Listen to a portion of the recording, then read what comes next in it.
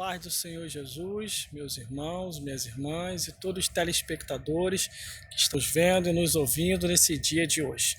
Mais uma vez, nós vamos meditar na palavra de Deus e nos seus versículos que falam aos corações quando assim, na adversidade, pensam nesse versículo, acreditam e confiam no agir de Deus. O primeiro versículo que eu vou deixar para a vossa meditação é Salmos 101, versículo 1. Onde diz: bem-aventurado o varão que não anda segundo o conselho dos ímpios, nem se detém no caminho dos pecadores e nem se assenta na roda dos escarnecedores.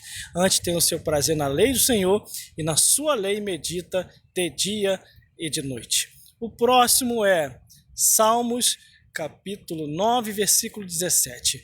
Os ímpios serão lançados no inferno e todas as nações que se esquecerem de Deus.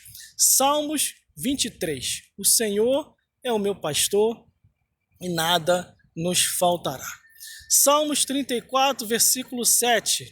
O anjo do Senhor acampa-se ao redor do que os teme, os livra e os guarda de todo o mal. Salmo 91.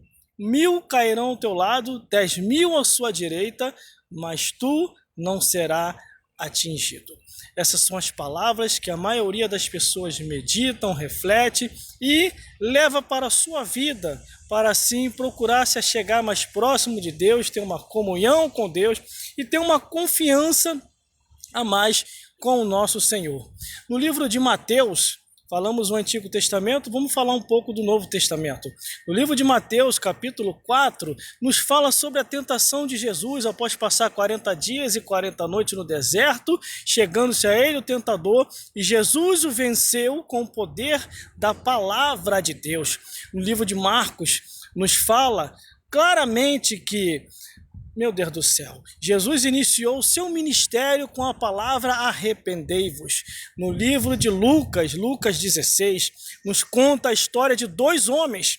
Um era rico e o outro era mendigo, nem pobre não era, o outro mendigava. E a Bíblia diz que os dois morreram no mesmo instante, no próximo das horas um do outro. E aconteceu que o mendigo morreu e foi levado pelos anjos para o seio de Abraão. E morreu também o rico e foi sepultado. E no Hades, que se chama inferno, viu ao longe a Abraão e o mendiguinho Lázaro sendo consolado e ele atormentado.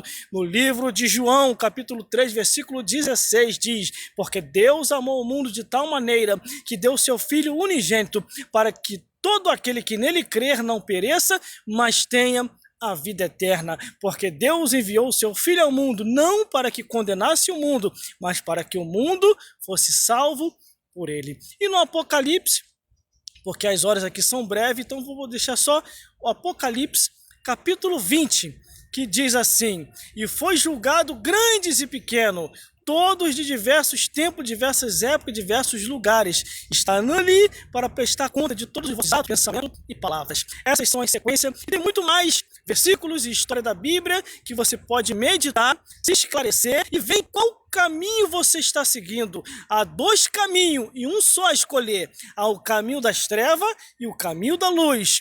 O caminho caminhando com Jesus ou o caminho se perdendo com Satanás? O caminho dos céus ou o caminho do inferno? Qual é o caminho em que você está trilhando? A palavra de Deus assim diz que ao homem é deixado escolher o seu caminho, mas o final da vida é: se você não estiver na escolha certa, céus não tem para você. É a Bíblia que diz, não sou eu que digo. Eu não posso afirmar nada a não ser aquilo que está escrito, porque a própria Bíblia por si mesma ela se confirma dizendo: nada podemos pela verdade a não ser pela verdade. É pela verdade da palavra de Deus. Por isso que a Bíblia diz assim: examinai as Escrituras, porque cuidais ter nela a vida eterna. E é ela que mostra que Jesus Cristo é o caminho, a verdade e a vida. Esses são alguns dos versículos e tem muito mais que você pode ler, meditar, se edificar e estar mais próximo dos céus. Viver em paz nessa vida e em breve morar eternamente do lado de Deus.